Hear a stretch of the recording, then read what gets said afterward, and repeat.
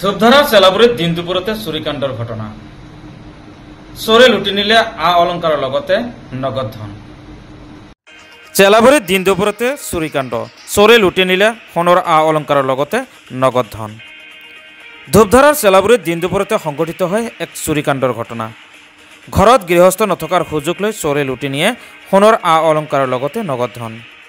চেলাবুৰীৰ আমিৰ হুছেইনৰ ঘৰত সংঘটিত হয় এই চুৰিকাণ্ডৰ ঘটনা। দম্পতীহালে বাহিৰত থকাৰ সুযোগ গ্ৰহণ কৰি চোৰে চলালে চাফাই অভিযান। ঘৰৰ দৰ্জা ভাঙি আলমিৰা ভাঙি চোৰে লুটি লৈ যায় সোণৰ আ অলংকাৰৰ লগতে নগদ ধন। ঘটনা সন্দৰ্ভত ধূপধাৰা আৰক্ষীক অৱগত কৰাত ধূপধাৰা আৰক্ষী ঘটনাস্থলীত উপস্থিত হৈ আৰম্ভ কৰিছে তদন্ত।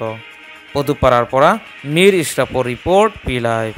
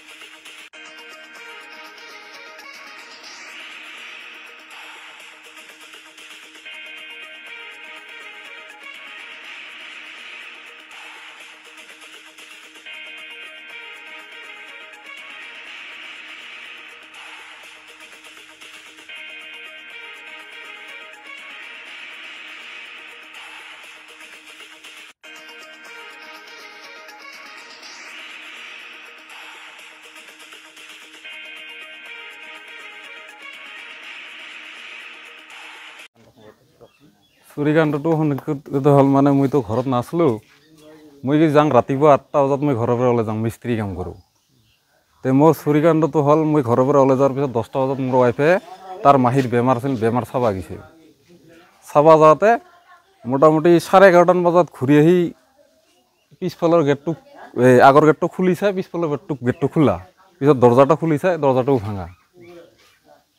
এনেকৈ দিনৰ ভিতৰতে গোটেই বস্তুখিনি মোৰ লুটপাট কৰি লৈ গ'ল। পইচা আছিল 13,500 টকা আৰু সোণাৰ অলংকাৰ আছিল 3 যোৰা।